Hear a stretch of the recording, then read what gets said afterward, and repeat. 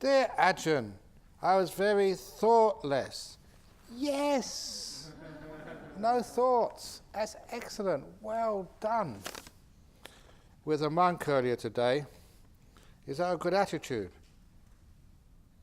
P.S. Oh yeah, I hear reincarnation is making a comeback. If you don't believe in reincarnation in this life, you will in your next. Very thoughtless with a monk earlier today. Is that a good attitude? If you mean careless, okay. But thoughtless, yes. Feel it, don't think it. You know, sometimes you think about things get so complicated. But if you feel what's appropriate, what's not appropriate. Just like sometimes if people give me any moral dilemmas, what should you do? I start thinking about it and feel it, just what feels right. And I find that it's a much more appropriate means of discovering just what to do and what's correct and what's the best option. So you feel the truth first of all, and from that feeling then you can start thinking about, oh yeah, that's true. Because there's something that before you even think, you know that this is not appropriate to do, or this is the appropriate thing to do. You can feel it first of all, and then afterwards you go, oh yeah, that's right. So you get out of your head into your heart more. Please say this so it can be printed on bags too. Ha ha ha ha. The more you carry, the more you need. So true. If you ever go and see our storeroom over in Bodhinyana monastery, I designed that, I built that, and the other monk said, this is going to be too small. And I said, yes, I know it's going to be too small. However big you build it, it will always eventually become too small. But so keeping it tiny to begin with means that whenever people give us any more requisites, we have to give them away. We just can't fit them in. And that's a wonderful thing to have. So any excess robes, any excess bowls, we get sort of sometimes too many of them, and so we have to give them away. Isn't that wonderful? We got enough for the few monks there, but we don't need to store very much. Because you find, however big your storeroom or pantry is, it's never big enough. However big your wardrobes are at home, it's always, you can't fit everything else in. However big the shelf is, it always gets packed with things. Which brings me to the old story of my mother's mantel shelf. This is a shelf which was above the fire, which was an electric fire. And that was, in the old days, you used to have the coal fires or wood fires, and a shelf above where you put a clock, photos of somebody's marriage or something. Just a nice little shelf there. And on that shelf, the first time I went to visit my mother, someone said, oh, why don't you, when I was in Australia, why did you take something like Australian to give to her? And a bottle of beer was not the right thing to take to my mother. So instead, a little stuffed kangaroo. What a wonderful thing to give to your mum. So I took a little kangaroo and I gave it to my mother. She loved it so much, she put it on the shelf on the mantelpiece, thinking, oh, when my son goes back to Australia, I can always look at that, and it reminds me, that's my son gave me that over in Australia. That's a very nice thing to do. But then next time I went to visit, she already had a kangaroo, so I got her, I think it's a kookaburra. No, wombat. Wombat was number 2. No, not wombat. What's that? Koala bear. Koala bear, yes. So I got her a koala bear, and she thought, oh, that's very Australian, very cuddly. And so she put that back next to the kangaroo. And the next time it was a kookaburra, and then a platypus, and then a wombat. And I think when I got to the wombat, there was no more space on the shelf. And so she spent an hour trying to balance everything on that shelf. And things kept falling off. And I told her, why don't you, you've had that kangaroo for such a long time, give it to charity, give it away. You know what she said? No, I love that little kangaroo and the koala. I'm so attached to it. So she spent another hour trying to balance everything on the shelf. And when things fall off, I thought, that's like having a nervous breakdown. Carrying too much in your bag. And that's why people get stressed out and go crazy. They carry too much. So what do? I told my mother, look, kangaroo, throw it away. The koala, throw it away. The new one I just bought you today, the wombat, put that in there, throw everything else out, get rid of it. And that means that the new one has focus. There's too many animals in it. You can't even see them. There's too many of them. And I thought that's the thing with our life. However big your shelf, it will never be big enough. And because we keep accumulating more and more, we can't let go of things. We can't just throw them away. That's why it comes a time we've got too many things in our head and we just go berserk. So the more you carry, the more you need, and the more you need, the more your bag gets stuffed, and eventually you just put so much in there, it sort of splits. It's puzzling what fellow retreatants carry in their big bags, investigating. Ha ha ha. Maybe we should have an X-ray machine when you come here, and I can X-ray all your bags and see how many packets of noodles and biscuits and stuff. Just in case. So it's wonderful when you come here anyway. You have comfortable clothes. You don't need to have fashionable clothes. Isn't it wonderful, especially a girl? You don't have to wear fashionable clothes. Just what's nice and comfortable and nice and loose. You don't have to worry about your hair. You just shave it off while you're here. I always think that's a wonderful thing to do. And then you can get wigs. Because wigs, you don't need to sort of worry about them. You can have a blonde wig, a redhead wig, an afro wig, or whatever you need to wear. And just like, what dress shall I wear to work today? You said, maybe I'll have the blonde wig today. So you can actually choose what you want to look like today. Wouldn't it be fun? It's much cheaper than going to a hairdresser's, Because the wig, if you want to wash it, you just put it in the washing machine. Instead of sitting for hours in the hairdressers. That's true, isn't it? Shows you how much I know about stuff. Anyway. Okay. If objects of consciousness include vedana, isn't dependent origination tautological, since nama-rupa leads to vedana, and nama-rupa is part of vedana. It's not tautological.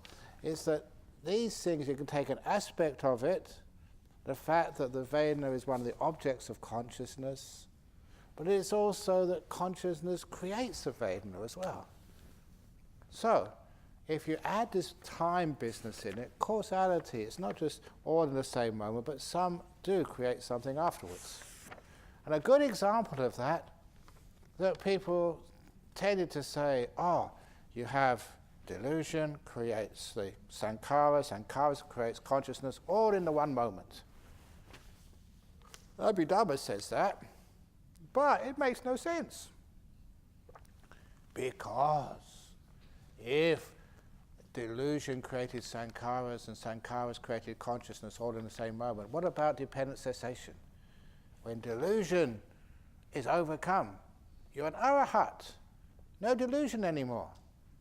So that means no sankharas, no consciousness, no sense basis, no experience. So it means all arahats, as soon as they become an arahat, that means they must be unconscious. And that's not the case. The Buddha, after he became enlightened, he taught for 45 years. He wasn't unconscious. So it shows that means consciousness in your next life. Creates a consciousness in the future. Or somebody said with dependent origination, I think it was this scallywag Ajahn Brahm. You look at, in brief, what is dependent origination and dependent cessation. You've got these two parts, or two factors, the will and the craving. The will is like the sankharas, the volitions, the kaya sankhara, vachi sankhara, and the chitta sankhara, the volitions of body, speech, and mind. And he said that is what drives for the creation of consciousness in the next life. Just the same way that craving is the fuel which creates the new states of existence. So it's like the craving and the will coming together. They push you into creating new states of existence. I often say that they say the Industrial Revolution started in UK, in London. Why? That was exactly the same time when they started importing coffee from, I think, Brazil. And I can understand why they had the Industrial Revolution. They were all very happy and peaceful, but then they were drinking too much coffee in the coffee shops and had all these great ideas of how we can invent this and how we can invent that. That was a mind restless through just drinking too much coffee. That's my theory anyway. So that's the technological revolution. So has it really helped? Or has it driven more people crazy? Whenever I go to Thailand, I usually stay in this place where Ajahn Chah used to stay, and even Ajahn, what's his name? Plian stays there as well. Nice, quiet little place. And I was talking with a family there some years ago, and they said before they actually moved down there, they were living in the district Sathorn, which is where all the embassies are in Bangkok. And one day they decided to move out to where it was a bit more clean and calm and green and quiet. So they got an ox cart to pull them, and it took about 3 or 4 hours to get to this place which they brought. And they said these days, to get from Sathorn to where they lived in the bottom of Sukhumvit Road, it still takes 3 or 4 hours. It's in a car, but that's because of traffic jams. So it hasn't improved at all. Still takes the same time to get from one place to another. So anyway, so if objects of consciousness include vedana, yes they do, it's part of nama-rupa, but it's not tautological because the objects of consciousness now, they support consciousness. Consciousness supports the objects of consciousness. You can't have one or the other. So it is codependent. One, if you have one, you have to have the other. So we say it doesn't cause, it's actually part of it. As soon as you have consciousness, you have objects of consciousness, you have sense bases, you have all aspects of that. Just like Ajahn Brahm. You can't have Ajahn Brahm without bad jokes. It's not that Ajahn Brahm causes bad jokes, it's just part of the deal. Like vedana is part of the deal when you have sense bases and when you have nama-rupa and consciousness. What are your tips for beginner, semi-beginner meditators? You are so lucky being a beginner.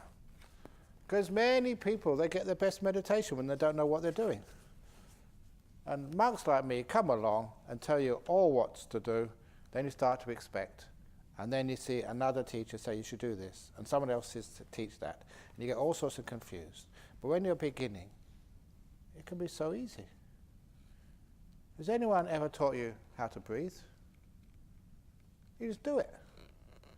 So to tell you what I mean, many years ago, that meditation started to become well known in the West. And so I must have been about 5 or 6 years as a monk in Thailand. So how long ago? About 38 years ago. There was a professor who came all the way to the northeast of Thailand from Sweden to ask Ajahn Chah a number of important questions. He was paid by the government of Sweden to go to many, many, many different meditation teachers in India, in Burma, in Sri Lanka, now he was in Thailand, to ask them the same 4 questions on meditation. Because if you're a professor, you have to systemize everything. So the same 4 questions, like a survey, get the answers from all these different famous meditation masters, so you can collate the report. And that's academia. So the same 4 questions he asked. And so when he came to Ajahn Chah's hut, and I was there, and he was from the government of Sweden, official business. So Ajahn Chah took him seriously, had to have a translator, and he said, "What do you want?" And it was, "I've been commissioned from the government of Sweden, I'm a professor of some university, to do an inquiry about what meditation is. So I've got these 4 questions, would you be kind enough to answer them?" And I said, "Yeah, of course. What are the 4 questions?" And the 4 questions were, what is meditation? Why do you meditate? How do you meditate? And what do you get out of meditation? He said, "I've asked so many gurus and spiritual leaders and holy men, and this is the questions I've now asked you." And then I just said, "Whoa, important questions." So he asked for a piece of paper and a pencil. That was a sign that my master was up to something.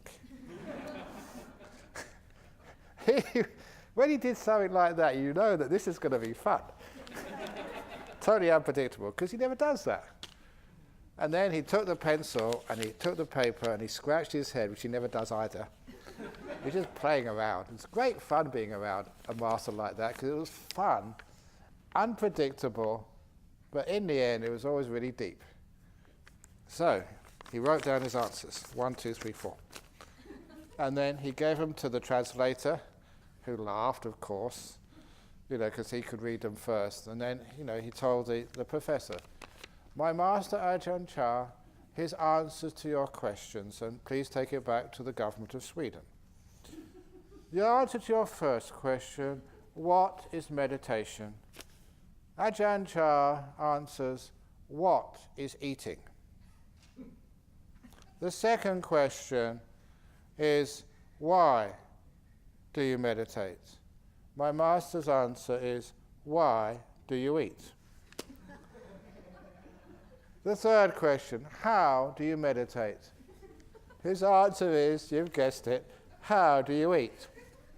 And the answer to the fourth question, what do you get out of meditation? His answer is, what do you get out of eating? And it's amazing that professor was really angry and upset.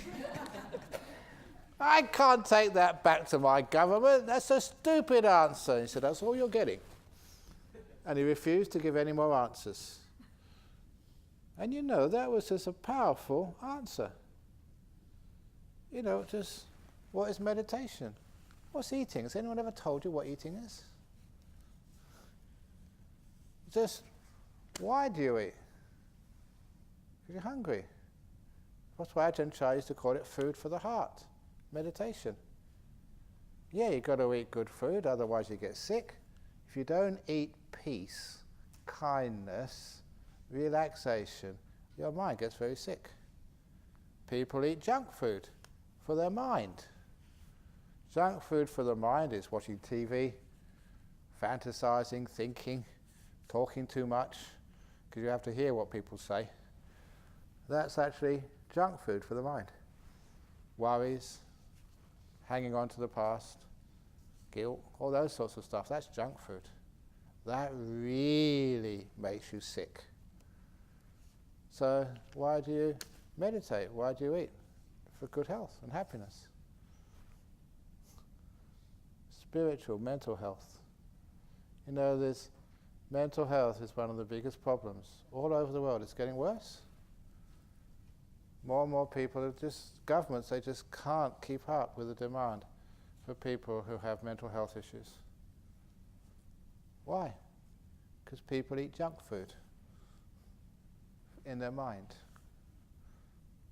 anxiety, guilt, and what's the other thing is anger. That's all junk food. And fantasies, worries, anxieties, junk food. Thinking too much, junk food. Just rest, relax. Go out and watch the stars tonight. The full moon's out.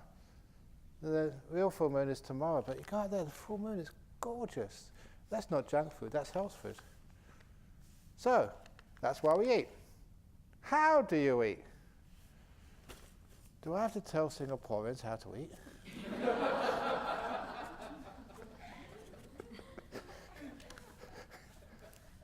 It's natural, isn't it? And how do you meditate? It's the most natural thing in the world to do. You shouldn't really need to be taught how to meditate. Just let go. Sit there, do nothing. What's easier than just sitting there doing nothing? Making peace with this moment. That should be simple, shouldn't it? You look at kids playing around, they don't carry the past. Unfortunately, we were taught how to think and how to worry and encouraged to do so. And sort of strange that now you have to unlearn all that stuff. I think if you don't plan your future, it will all go wrong. I planned my future, it went wrong anyway. Or like intelligence, praising intelligence. But what was that poem? I put that poem in the first book, Opening the Door of Your Heart by Sung Po, on the birth of my first son. Should be a celebration, shouldn't it? This was a very famous, very smart Mandarin in the court, a great poet, Sung Po.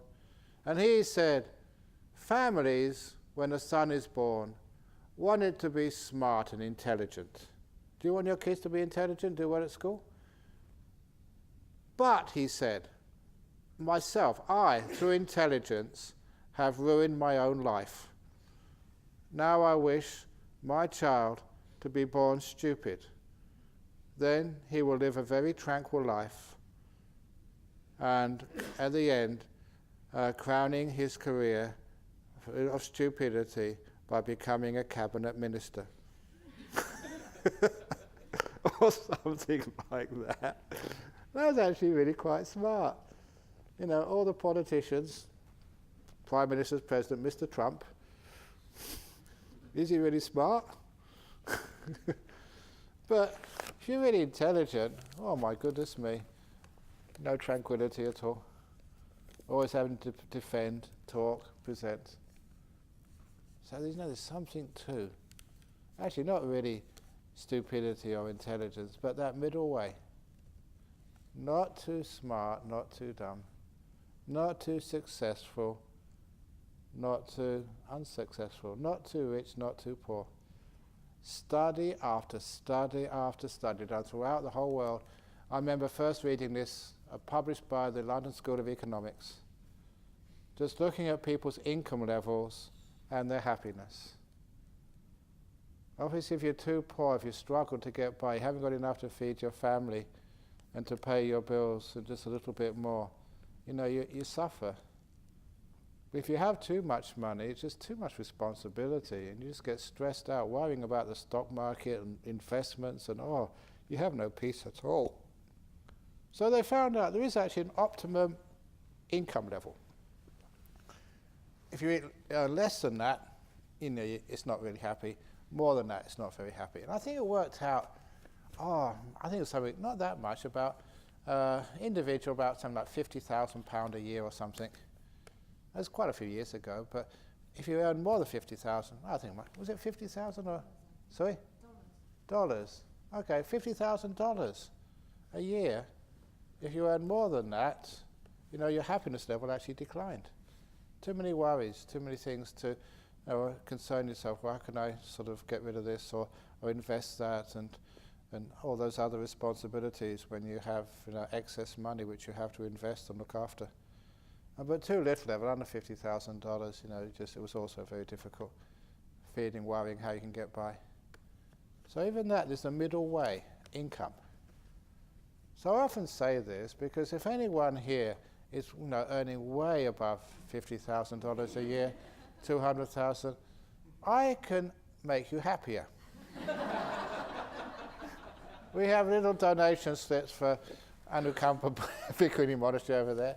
So you can make lots of merit by helping out a poor nun, and at the same time you're happier. It's a win-win situation. So, you don't ask people to give donations to make them unhappy. We just give donations to make you even more happy. What a wonderful opportunity that is for you. I don't know why, it never works. But anyway, back to being a beginner in meditation. The tip is, you're so wonderful, keep it simple, like Ajahn Chah would do. What you get out of meditation should be good health, peace. If you're not getting peace, you're not relaxing, it's not the right meditation. It's not meditation. Something's wrong there somewhere. And of course, what's wrong? Told you, I think, this morning or yesterday or sometime, second Noble Truth meditation. Keep it simple. You want something, you suffer. Third Noble Truth meditation, letting go of wanting. Contentment.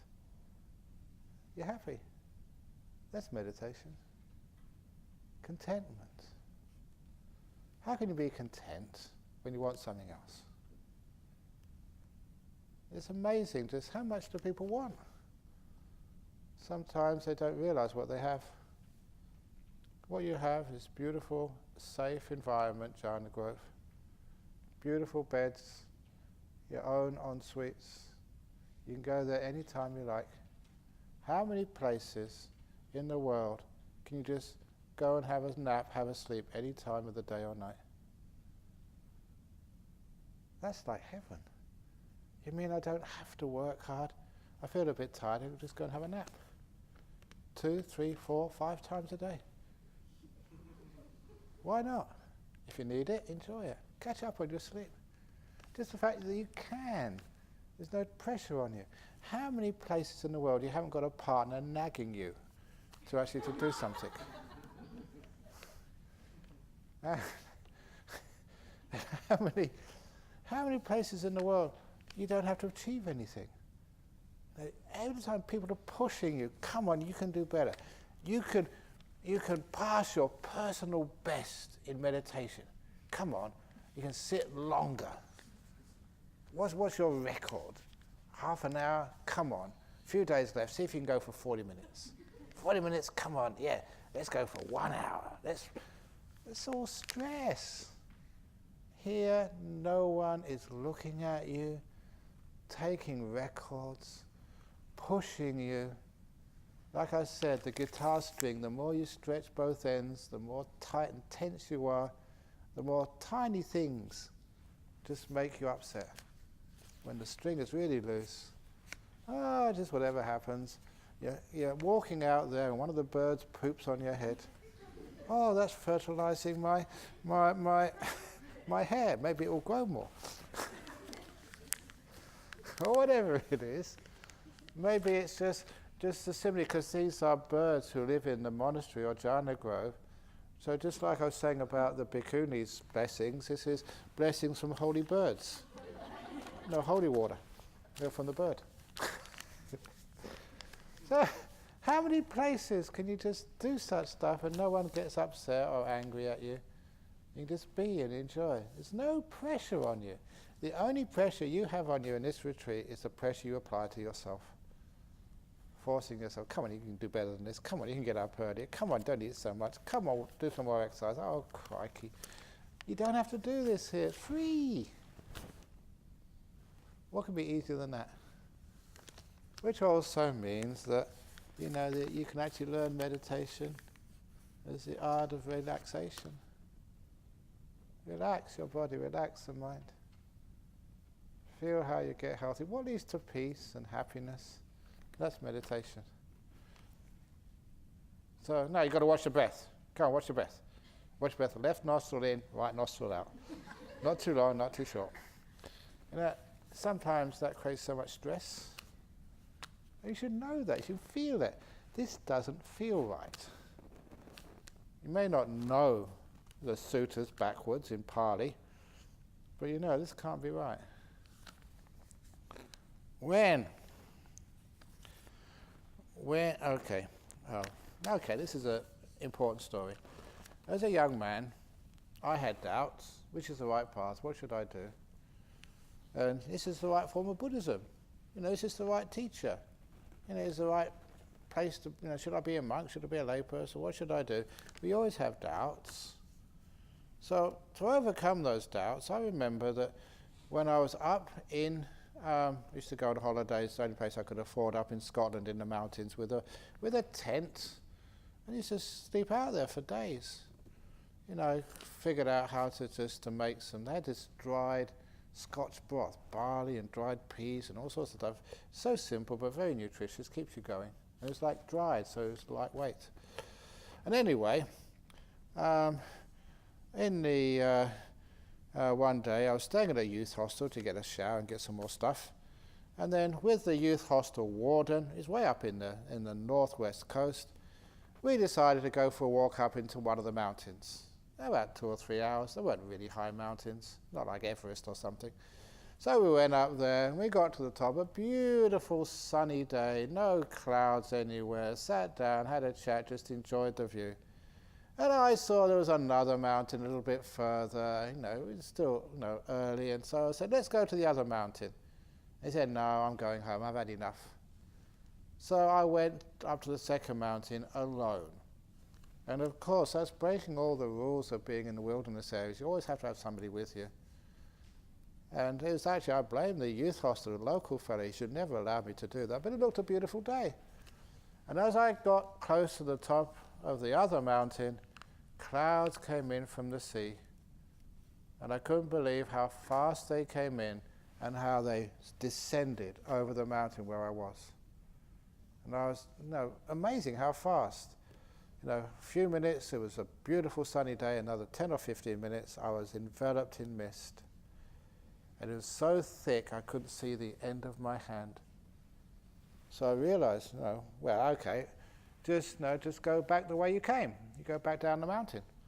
So I thought I had a sense of direction. I started walking, and I was so lucky, because I was aware. One more step and there was a vertical cliff going a long way down. I stopped just in time. And later on, when I got back to the hostel and looked at the Ordnance Survey maps, there wasn't that many of those big cliffs around. The only one which I saw was 180 degrees in the opposite direction I thought I was going. And I always heard stories of people who escaped from Dartmoor prison in the mist. That's the only time they could escape.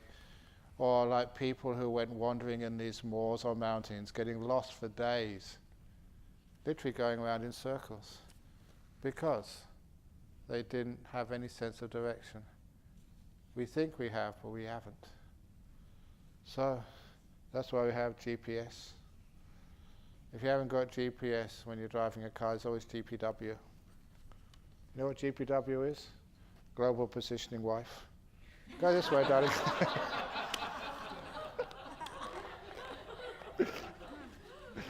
I apologize, but that's just anecdotal experience. Nowadays you get GPM, Global Positioning Monk, tell you which way to go. But anyway, so I was in trouble. And I realized this was really scary. I could fall over a cliff, break my leg, and that would be it, because it'd be much better falling off a cliff. The death would be sudden. Falling, just breaking your leg, you'd be up there for days and probably die of hypothermia or something. You couldn't crawl out. So, big trouble, what to do? Science. My physics. I found a stream. And, water always flows downhill. So I found a stream and followed it, whichever way it went. Went this way, that way, followed it and followed it and followed it, and it meant another stream, another little brook came in, get bigger and bigger. It was always taking me down and down and down. Because I knew if you go down far enough, you become under the mist, under the clouds, and that's what happened. I came down low enough, and the clouds, they were above me, but I was underneath the cloud. Now I could get my directions and find myself eventually back to the youth hostel, safe. And I've used that as how to overcome doubt in spiritual things, especially meditation. If it's meditation, it leads to peace, to happiness, to calm, to lack of stress. Easy to see, easy to feel. And those are your standards. So, if you're meditating, you're getting more sick, something's happening there. You're not really doing the right meditation. You're getting more tense, more upset.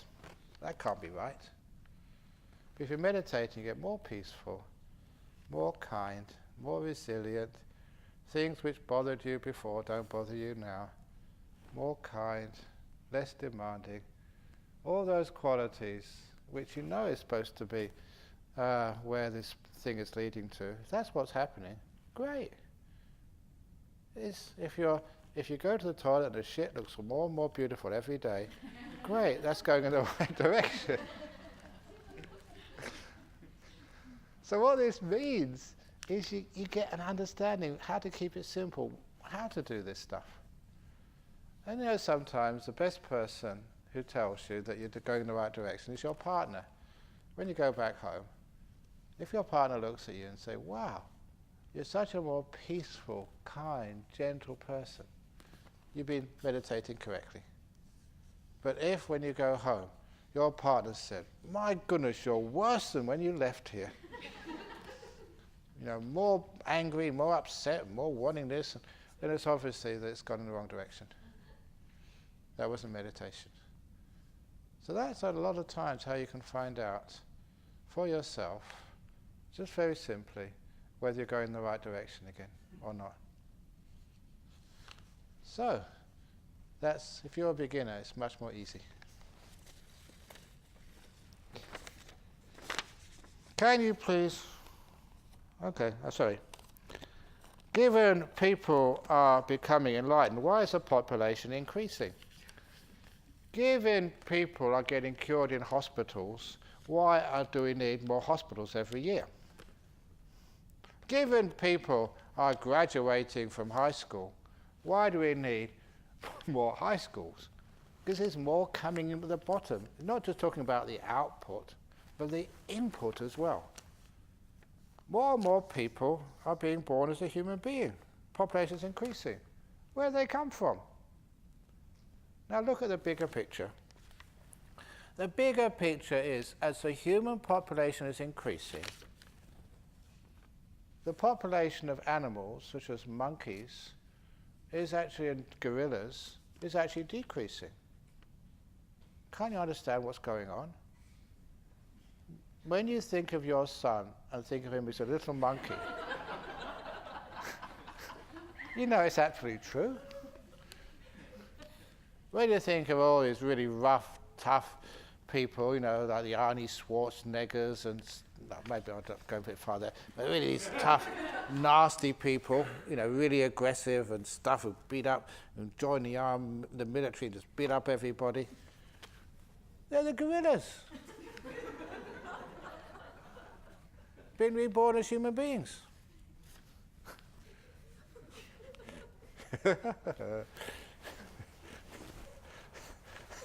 So, this is actually where we all come from.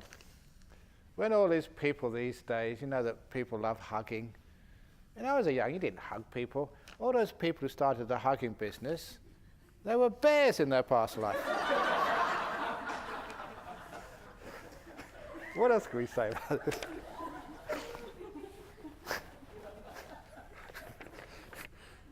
So, but actually, the truth matter, there's actually a lot of truth there.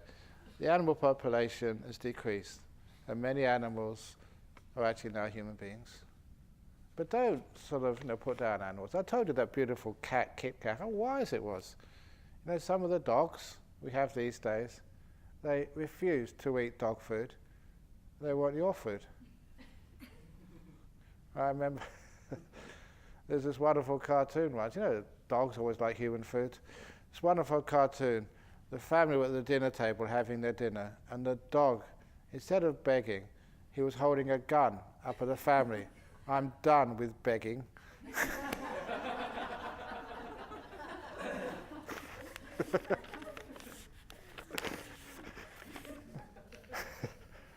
So that's where all the populations come from. Can you please talk about discipline? One chapter in Ajahn Chah's book is called Dhamma Fighting, and it's about fighting the defilements. However, you seem to talk about melting them away with love. Yeah, again, it's the Chinese art of war. That was Song Po as well, wasn't it? It was, know your enemy, know yourself, 1,000 battles fought, 1,000 battles won. Simple. So, you fight not by kicking butt. Otherwise you get sore feet. So many butts you have to kick. You have to be pretty strong feet. What you do is you understand, you use wisdom to overcome. So when it calls Dhamma fighting, I don't know if it's Dhamma fighting, because sometimes some of these things which they say, I never heard Ajahn Chah say that. It's just, just the wrong translation. They just add something into the translation which they expect. But actually you don't fight defilements. You get to know them, understand them. Then you have power over them. Then you can, where they come from, what they cause, what are the defilements, why? You fight them and they get stronger. So to have this person, this Mara, how did the Buddha defeat Mara?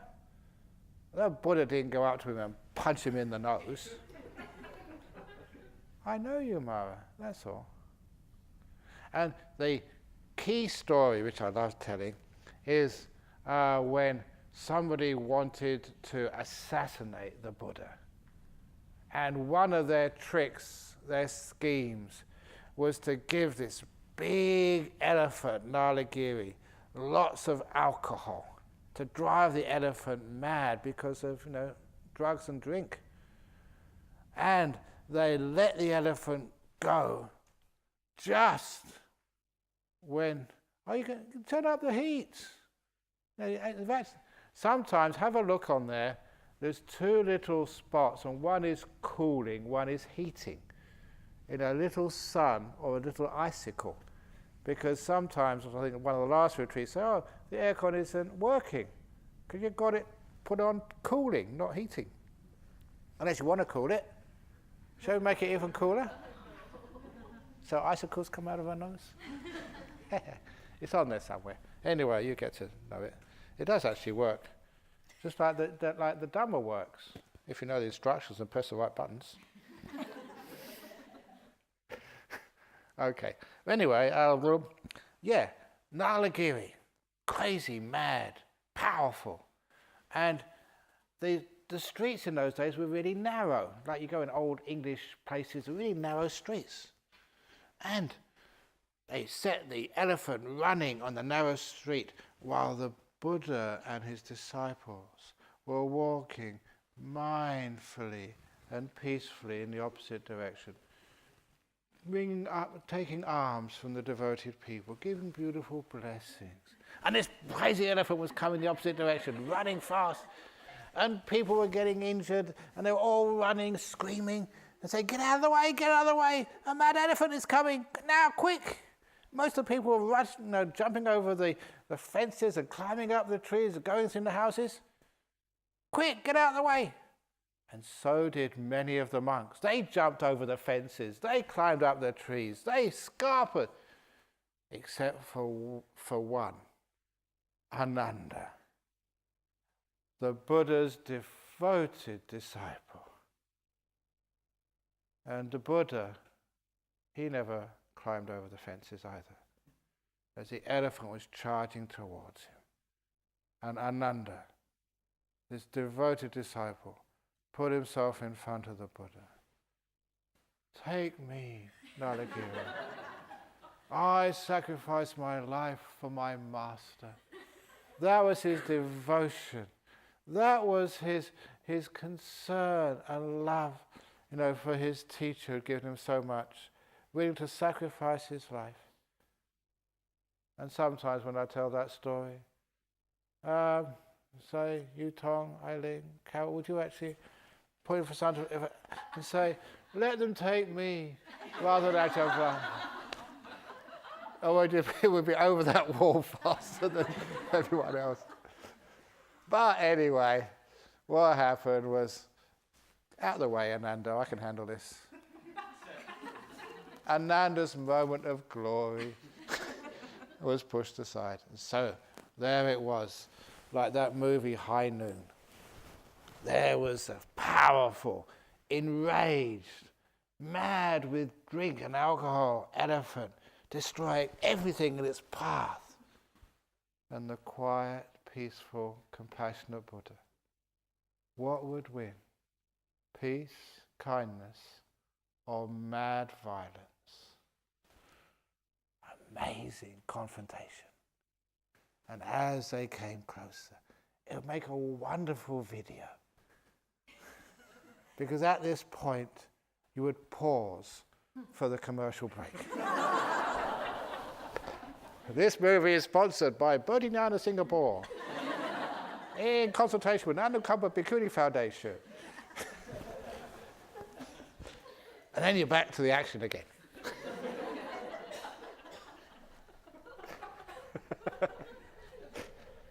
Now the Buddha, so powerful, so great psychic powers. You know, you see, I actually never seen Bruce Lee and what was the other martial arts people. They can catch the trunk really quickly.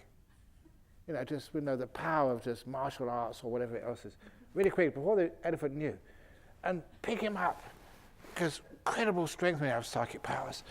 Twirled him around the head 3 times. Got to be 3 times, and then throw Dharagiri, no matter how heavy he was, 300 miles over the Ganges River. That'd be easy for a Buddha. Simple, just next thing you know, the elephant's on the other side of the Ganges. But that's not the ways of the Buddha. We don't fight violence with violence.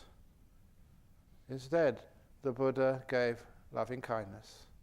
Something like, Nalagiri, I forgive you already, no matter what you ever do to me. You can pick me up with your strong trunk and smash me against one of the houses. You can trample me so many times with your strong feet. You can actually gore me with your tusks, which they don't have, but that's just making that up. You can do whatever you want to me, Nalagiri, but the door of my heart will always be open to you. I'll never blame you or get angry or forgive you. I always forgive you. With that really sincere and powerful loving kindness. Not fighting with violence, but fighting violence with compassion. Powerful compassion. And then within a few seconds, Nalagiri had stopped in front of the Buddha, was bowing his head down, and the Buddha was stroking his trunk. There, Nalagiri. There, Nalagiri. That's a wonderful story, which inspired me. How you overcome anger, violence, aggression, not with fighting, but with beautiful compassion and kindness. So if you have any craziness in your mind, if you have a defilement in your mind, you fight it, you just make it stronger.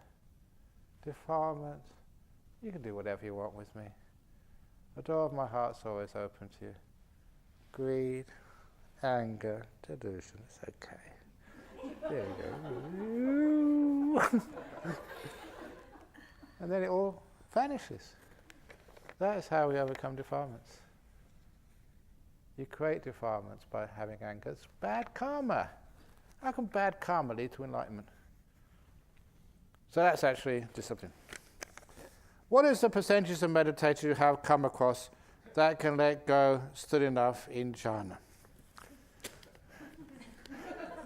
Can I have a calculator, please, and I'll look in my records? We don't work percentages. Instead of those of you who have met who can get jhanas, I've met no one who can get jhanas. Only when you're a no one can you enter jhana. That's why people sometimes put me on the spot and say, okay, Ajahn Brahm, you talk about jhanas, can you do jhanas? Can you achieve jhanas? Come on. Confess. And a lot of times there's a rule, was it Pajitya 9 or something for the monks? Say a monk should not announce any psychic powers, any attainments, any achievements like that to lay people. But then they say, oh, come on, tell us. Otherwise we won't have any faith in you. So they asked me that so many times. So I thought, okay, I'll let you know.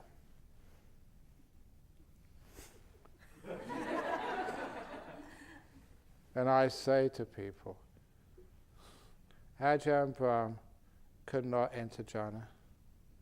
Ajahn Brahm just can't do it. And first of all, people say, oh no, what a hypocrite. I've been following this guy, reading his instructions all these years, and now he's said in front of everybody he can't do it.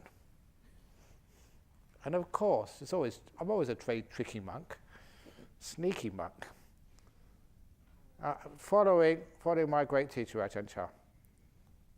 And I say, Ajahn Brahm can't enter jhanas. Ajahn Brahm has to vanish and disappear first of all. And then jhanas happen. Only no one can enter jhanas. Somebody can't. The path is, but no traveller on it is seen. Even Nibbana is, but no one who enters it. So that you can actually see why the Buddha put that rule down. If Carol says, I announce to everybody that Carol can enter jhanas, that's so much go, my young. Carol, you have to vanish first of all. You disappear, gone, no Carol. Claire, okay, well, Claire vanished, you see, and I renamed you Carol. Same, just. Anyway, that's why you're Claire. Okay, so Claire vanishes. And when Claire will never get jhanas, when Claire vanishes and disappears, there's no idea of Claire anymore, then the jhanas happen. Well, that's lovely teaching, because so often I want to get jhanas. How many people get jhanas? Only no one gets jhanas.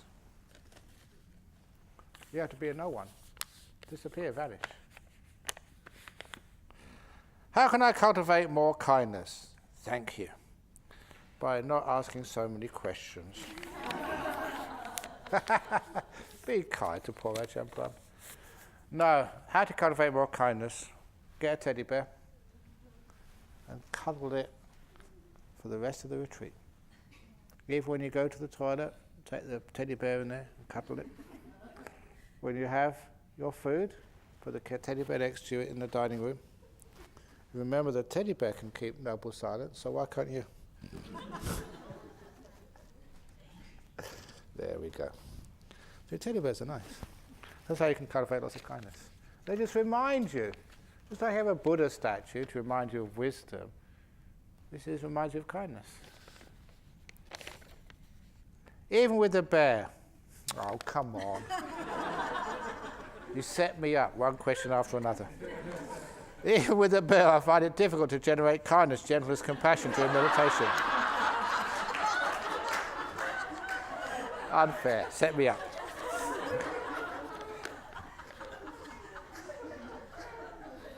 My awareness is down. Can you advise? Get 2 bears. That's what the doctor says. And if you take a medication it's not working, then take a double dose. Increase the potency.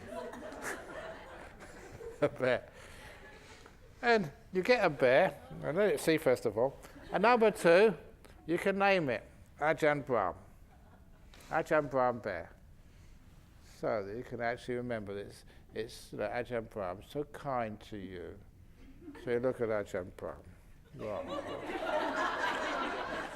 We can't do that. You know that sometimes that people aren't kind because we haven't been encouraged in life. People think it's juvenile to be kind. In the real world, you have to be tough. Only kind people finish last. It's wonderful. Who wants to be finished first? Then you've got all these cameras flashing at you. You've got to do interviews and you've got to get sponsorship. When you finish last, people leave you alone. Last is cool. Anyway, get another bear.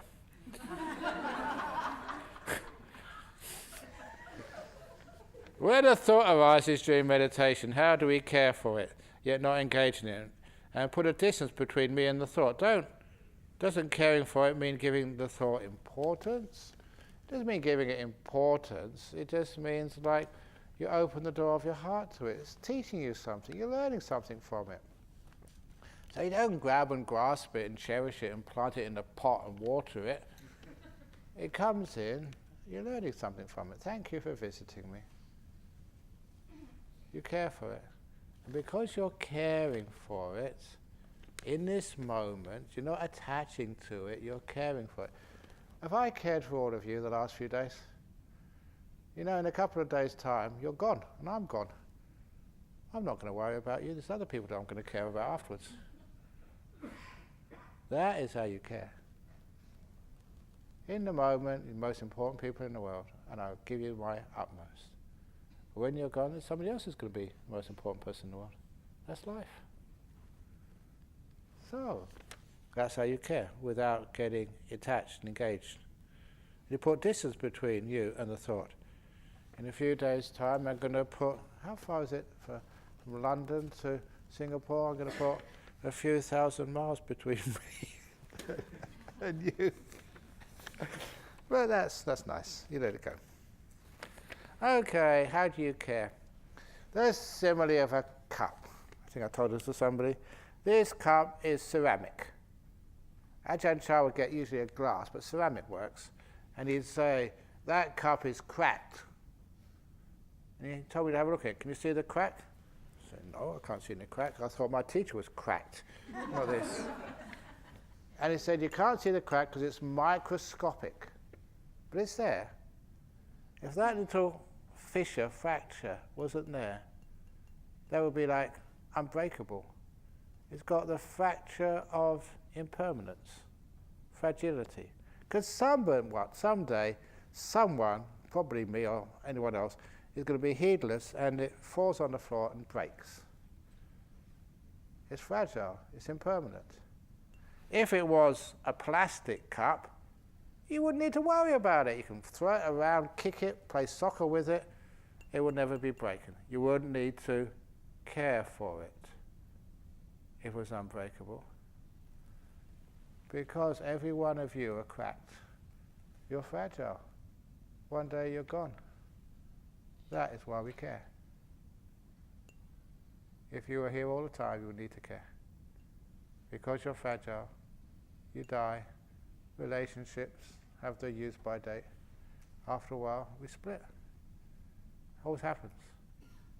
So that's why people you care about and love, there's a crack there. Care for it. It's not there forever, which means we care, always knowing that one day it will disappear, fade away, go.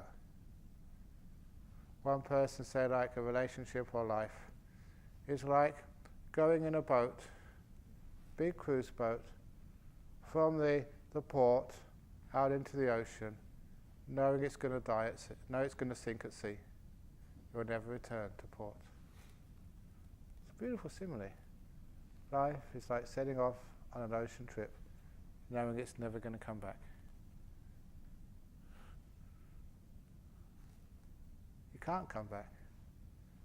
In the sense of go back to your old homes, old moments, old relationships. We're there and it passes. We let it go. Why does the Buddha stress where does the wrong motivation or right motivation cease without remainder in the first and second jhana? Because there's not really much to say about motivations except where they come from, but the ceasing of the motivation and thoughts in that first and second jhana, the reason I put it down there is because there's not much to say, but also it makes it very, very clear that in the first and second jhana there's no thinking. Because people still say, oh no, Ajahn Brahm, you're being too tough.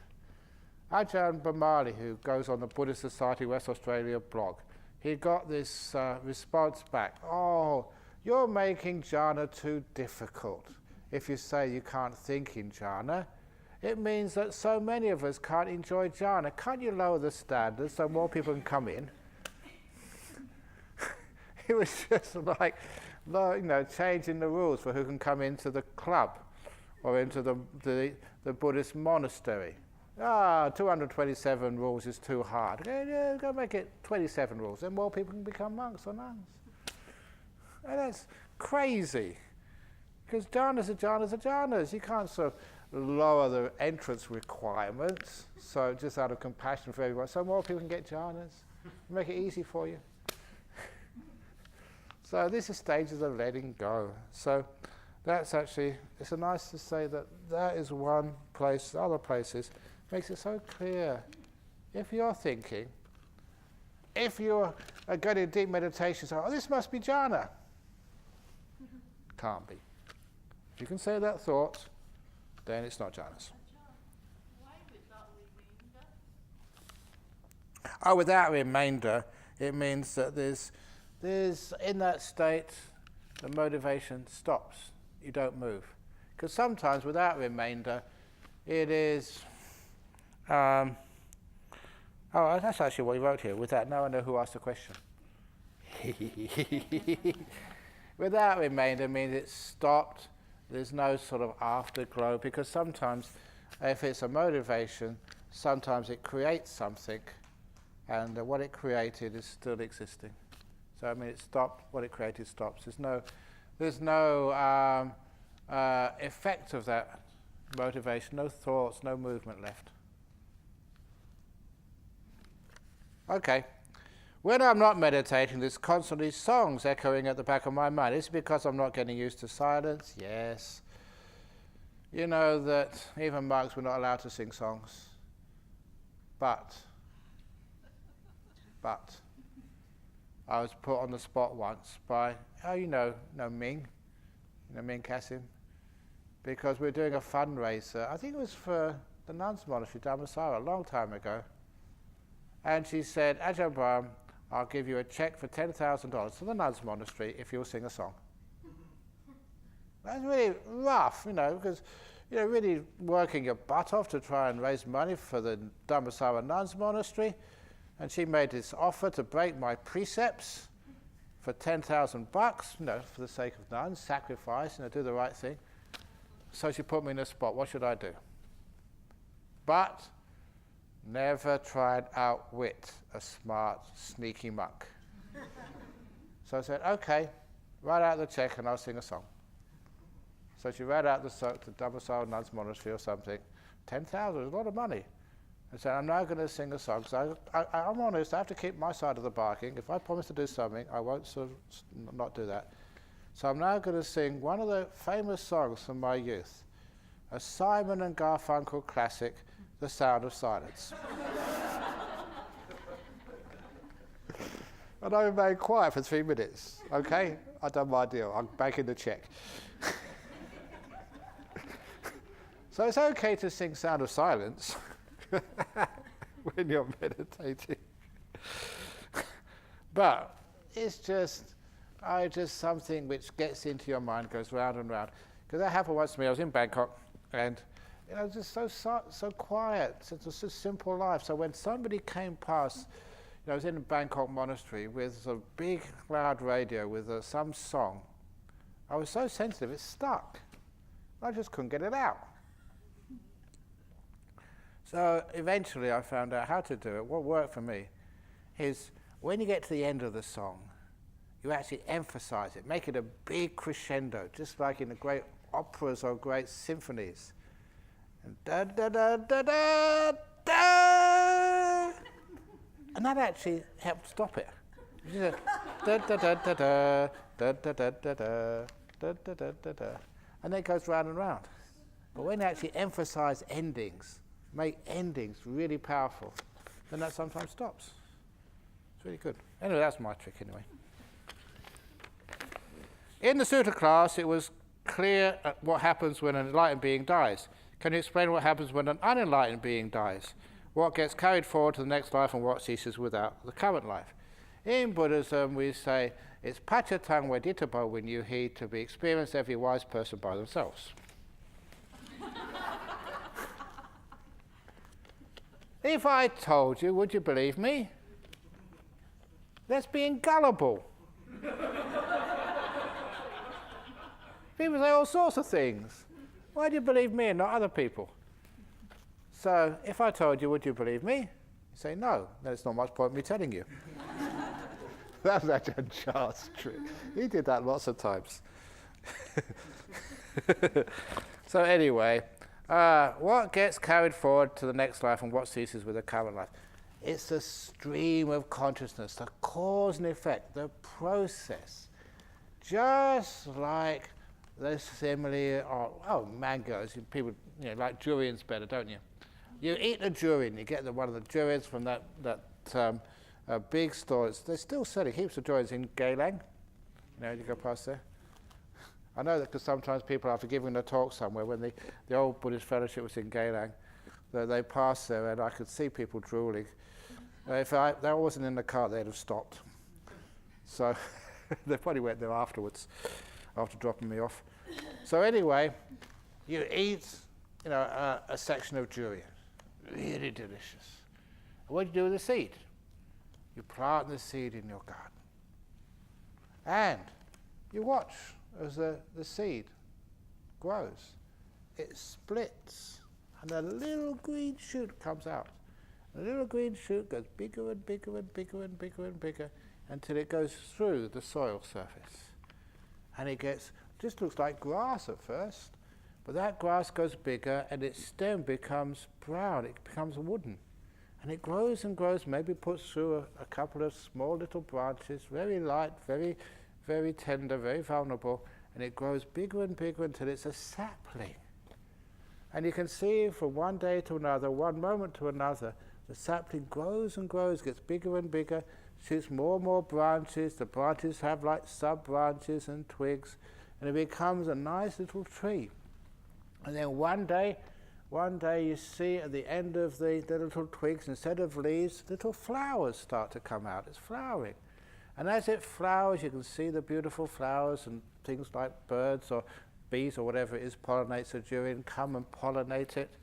And then at the very stem of the flower, you can see it start to swell and get bigger and bigger and bigger and bigger as a durian coming.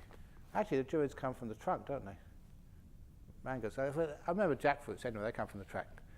So anyway, like mangoes, whatever, it comes from somewhere. And you can actually watch it get bigger and bigger and bigger and bigger until it becomes ripe. And then you can cut it down and you eat the juicy fruit. What went from the first durian to the new durian? How did that process happen? What carried across every moment from one moment to the next? Because there's nothing in the new durian which was in the old durian. Even all the chemicals, all the molecules, the cells are totally different. They've mutated. Even the DNA slightly changes. So there is nothing there in the original durian except durianness, just some karma being carried across from the first durian. The first durian was really sweet. It's likely the next durian will be very sweet. If it's a bit sour, so will the next durian. Some karma carries across. But there's nothing in the first which is in the second. That's why the Buddha said, again, not the same, not different. Because it's a process. If it was a soul, it would be the same. Something in there in the beginning which is in there now. An essence. But if there was nothing, it would be different. It carries across information from one moment to the next. A stream of consciousness, a stream of khandhas going from moment to moment, time to time, life to life. If we shouldn't be wanting, can we don't want? You shouldn't be writing questions and don't want anything. Okay, I don't know. Anyway, we shouldn't be wanting, just don't want to write any questions. Or whatever. And if you write questions, don't want answers. If our purpose in life is to help others, if it is not, what is our purpose of life? The purpose of life is to build monasteries for good Buddhist nuns. I remember that one of my favourite cartoon strips was Calvin and Hobbes. And the little boy with the tiger, Calvin and Hobbes. I love that cartoon. And someday Calvin was asking Hobbes, "What's the purpose of life?" And Hobbes, his pet tiger, said, "To be tiger food." Oh, that was really cool. What is the purpose of life? Is to discover your purpose. That's a nice one. Another, what's the purpose of life? What is it? Is the purpose of life is whatever you make it to be. It's not fixed. You make your purpose, which I thought is also pretty cool. Because what is your purpose in life? You've got a choice to make it this way for your own personal pleasure. You make that your purpose. For enlightenment, for freedom, for happiness. You make the purposes of your life. You give your life purpose. Or you find out the best purpose.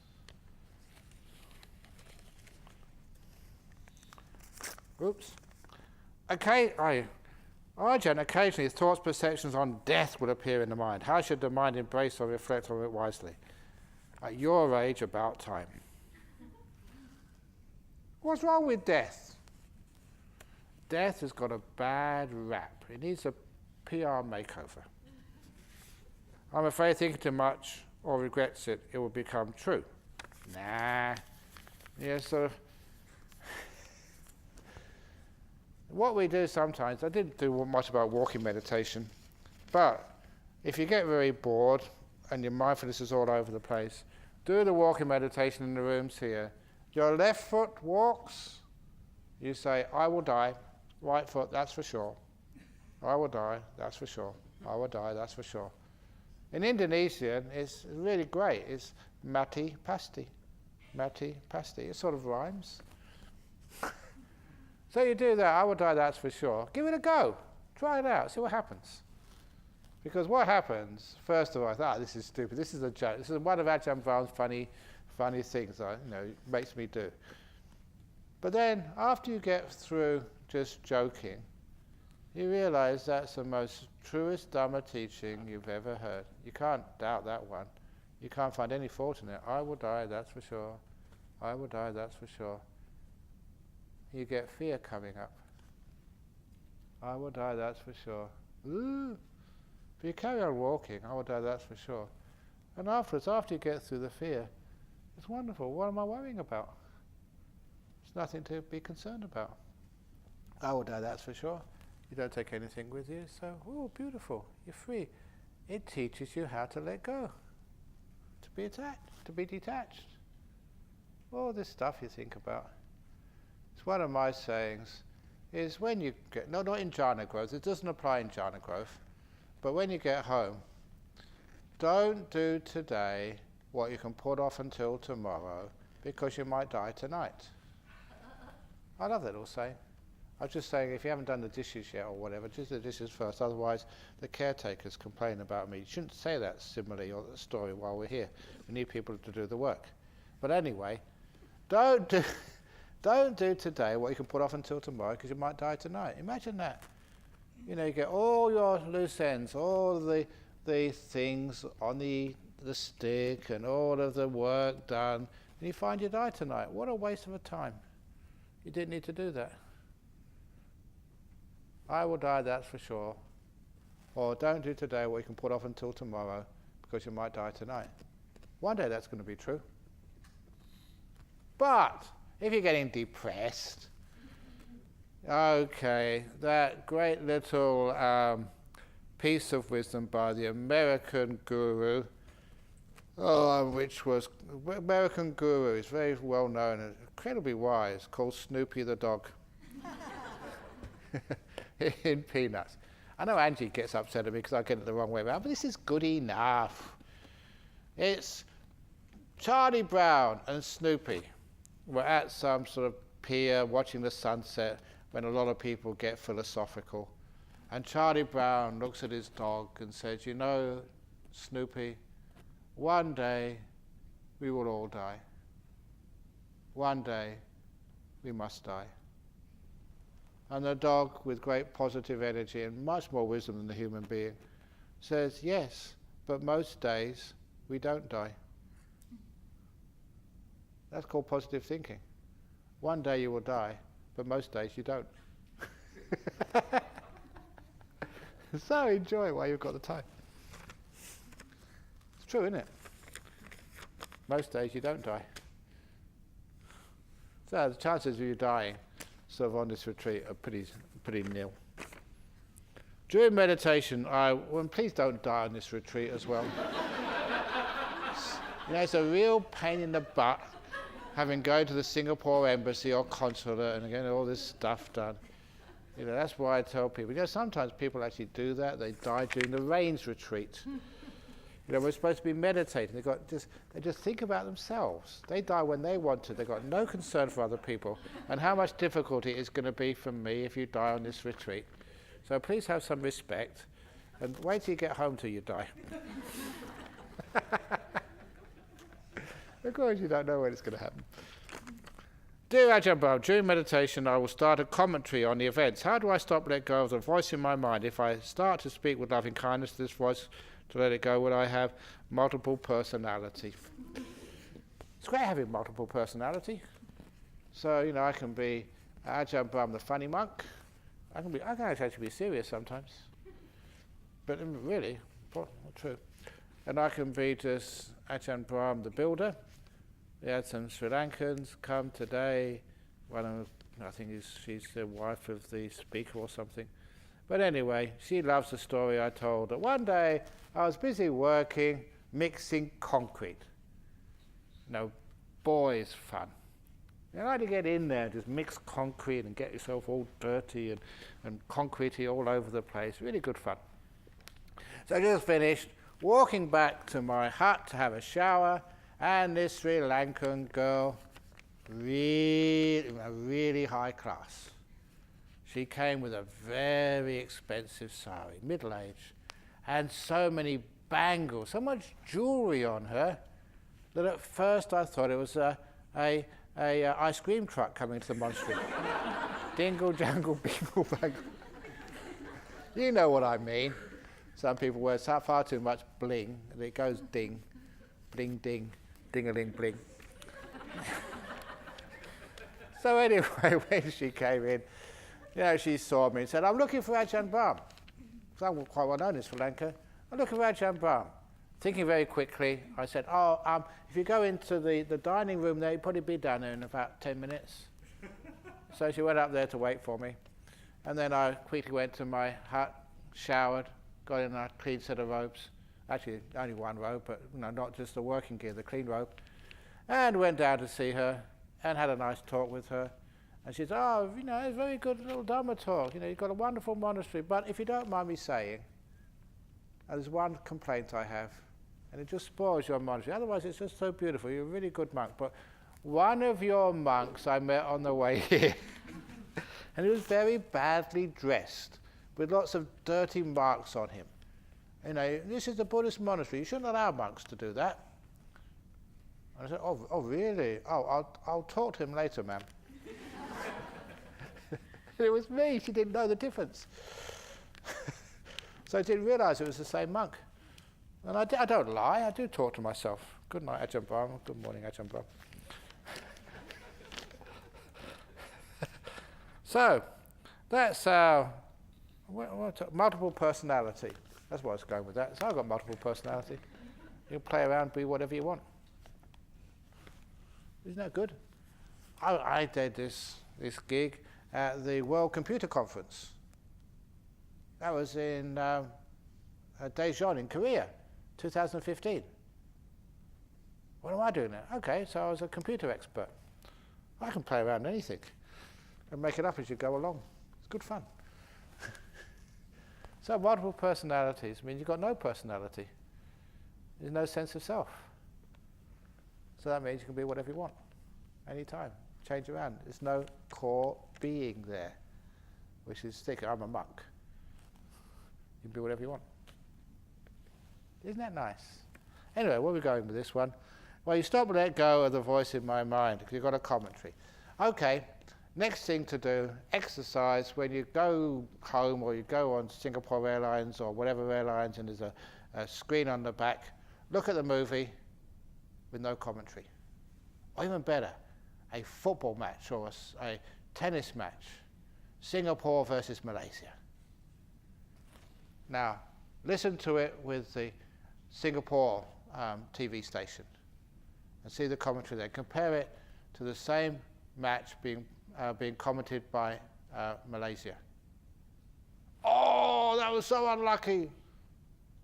That's, if Singapore sort of try and score a goal, but they just hit the post. Malaysia said, oh, that was a stupid shot. Or, even better than that, there was a story in Cottesloe Beach, which is very, very popular beach in Perth, famous, and there was a shark sighting. So there was a shark, and so they rang the siren or the bell, and most people actually just swam quickly to shore, but there was 3 young children still swimming. And this young, strong, blonde-haired young man dived into the water, swam just so strong and fast, and managed to get 2 of the children and carry them to the beach, but there's still one out there being circled by the shark. And he went in again, punched the shark, really, really brave, grabbed the child and brought him to the beach, a real hero. But that wasn't all. He went out there again with a knife because that shark might sort of kill somebody else, and he battled with that shark and killed the shark and came back to the beach. A real hero. And there was a journalist there, and the journalist said, I've never seen anything so brave. You're a true Aussie hero. I'm going to write about you. I'm a journalist in the front page of the news tomorrow. I can see the headline. Aussie hero risks life to save children. And then the young man actually said, well, actually, I'm British. I'm on holiday here. And so the next day, the headlines were, Pommy bastard kills endangered species.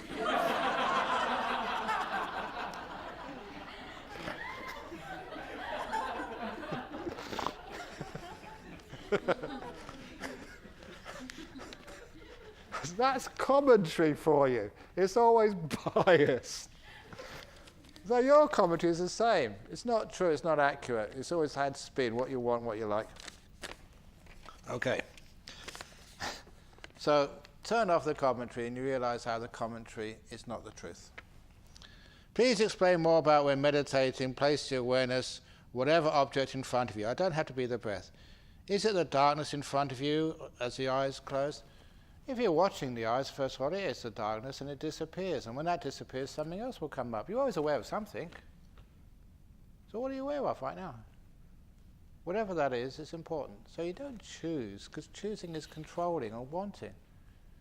Just whatever's you're aware of right now, just be with it. Such a simple thing to do. And then actually, it makes a huge progress in meditation. You go very deep, very quick. What is a Buddhist practice to get rid of home infestations by cockroaches and ants? Remember what I told you this morning? Did I tell you that cockroach story? Yes. Okay. Well, just why are you killing the cockroaches? You're jealous of them because they they scare your wife and you don't. How do you get rid of cockroach infestations and ants? The cockroaches or ants are in there because they can get some sort of food or something there. So make your house more clean. Put some more screens up there or stuff so there's, keep it so spotlessly clean. So a cockroach might go in there or an ant might find it there, and it goes back to the big ants who said, nothing there, folks. Nothing for us to eat. So that means they won't come again. They're only there because there's something for them.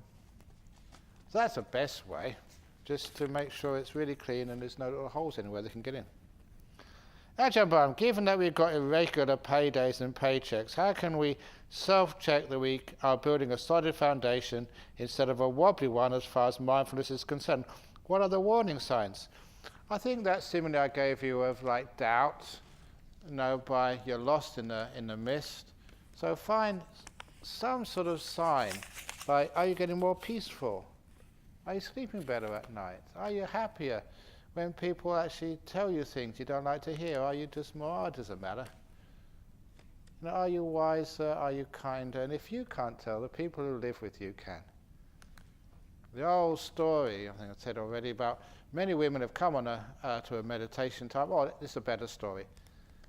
Early on, when Ajahn Jhana was here with me, there was one guy who always wanted to go on a meditation retreat on the weekend, that's all.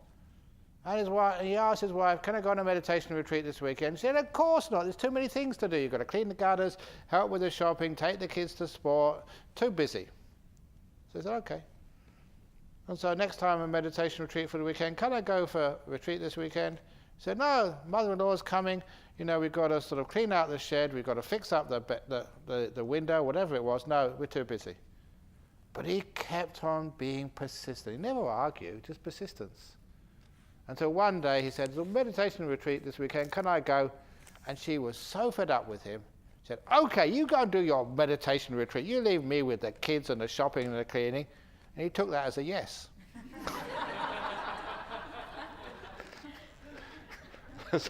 So off he went to the meditation retreat. And when he came home, he told us this story, he was such an improved husband. She noticed it. He was so more peaceful and kind and loving and compliant. She was impressed so much, he told us, because he came on the very next weekend retreat. I said, oh, you got permission to go? I didn't even need to ask permission, he said. My wife gave me the money and sent me off. Because it actually works. If it really is working, the sign is that the next time you want to go on a retreat, your husband says, oh, here's the money, please go. He sees the benefit. It's just like sending your car in for a service. If you want a new, improved wife, send her to the monastery for a few weeks. And she comes back bright and bushy-tailed and so much kindness and compassion. It's true. That's why, oops, come on, it's not time to go to bed yet. That's why, it's a bit of a joke this, but many people in Perth, girls, single girls, whenever they hear a monk is disrobed, they get very excited. Because it's well known now, all the monks I've trained here, when they're disrobed, they become amazing husbands. The women tell me this, people who marry them, they say, thank you, Ajahn Brahm, for training my husband before I actually married him. This is anecdotal, but you ask people who've married a monk and say, oh, they're beautiful husbands, they're great. Greatest catch, they've been trained by Ajahn Brahm, quality control. You can't get better than that. Top of the range. But why? It's because you train them in kindness and softness and meditating, listening to themselves. A teddy bear, getting their sort of their kindness, their compassion going, their sensitivity, their trust, their honesty, reliability, all that sort of stuff which you get trained in, keeping your precepts. It works. Unfortunately, there's no monks who are disrobing soon.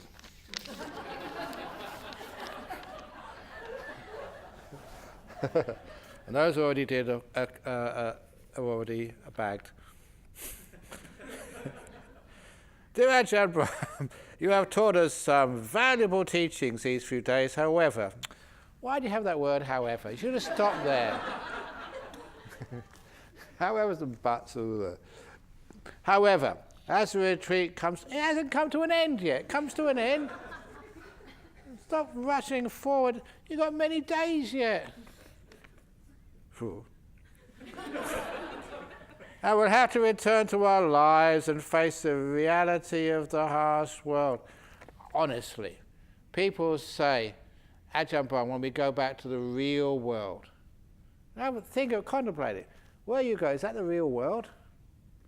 Where people have to dye their hair, wear deodorants, Botox, breast implants, high heels.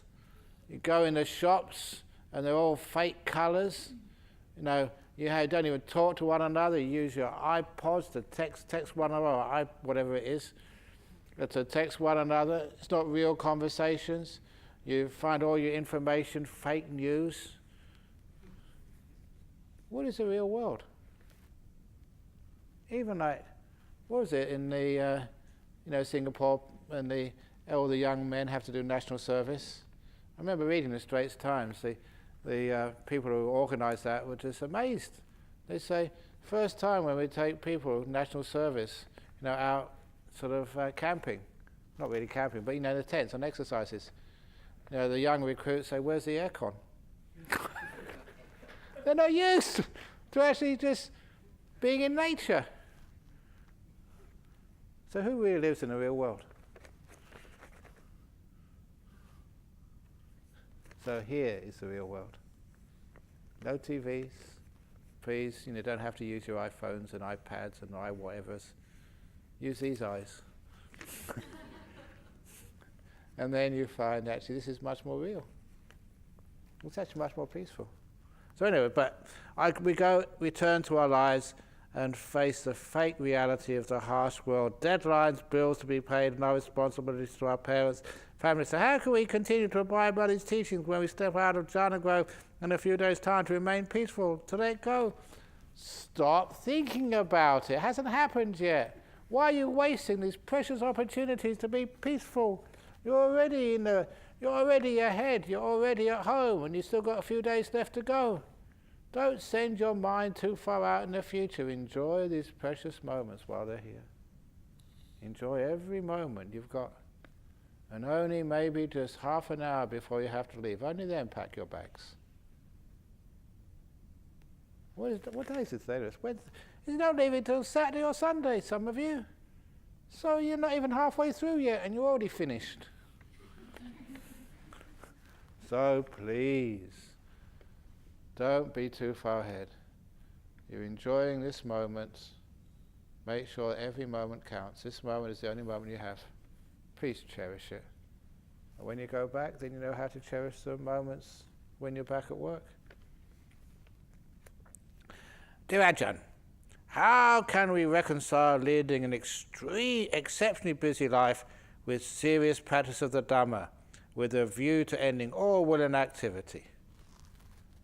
Venerable Chanda, am I an exceptionally busy monk? Are you an exceptionally busy nun? Yeah, well, come on. Yeah, but I'm an exceptionally busy monk. How do I manage to live an exceptionally busy life but still be peaceful and happy? Time to be busy, you're just busy. If there's something to do, you do it. If there's nothing to do, you do nothing. Hey, so simple. Ajahn Chah's teaching. He was, this Sydney man told me this. He heard that Ajahn Chah was a very famous wise monk. So, when Ajahn Chah was still able to teach, I must have been there at the time, because as soon as I left, Ajahn Chah sort of stopped teaching. And about a week after, 2 weeks after, he had his stroke. But this Sydney man apparently went to see Ajahn Chah to ask really deep questions. Just to go to that monastery, turn around and come back. Very busy guy. And when he got to Ajahn Chah's hut, he was surrounded by so many people, he didn't have a chance to ask his questions. So he waited there an hour, 2 hours. All these people, all they were doing was taking photographs.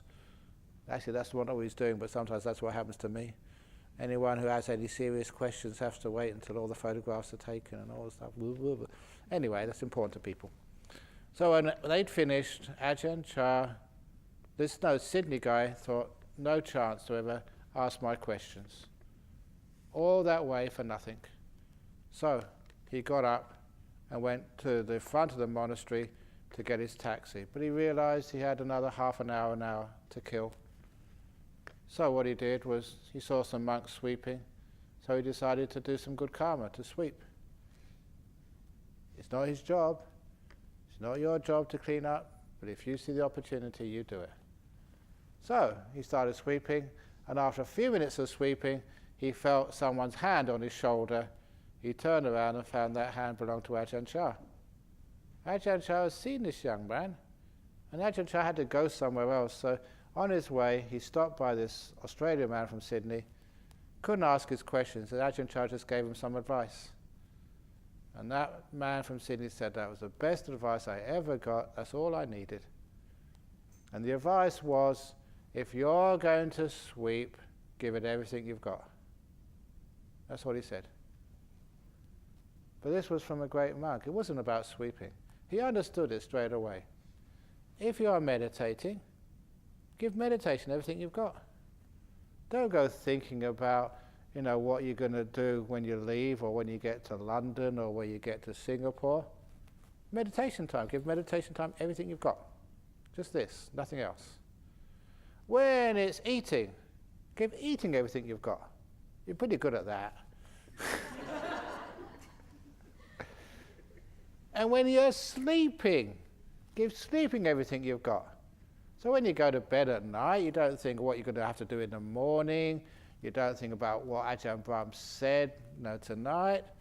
It's sleep time. Give sleep everything you've got, nothing else. Don't think about business, anything. Don't think about nibbana.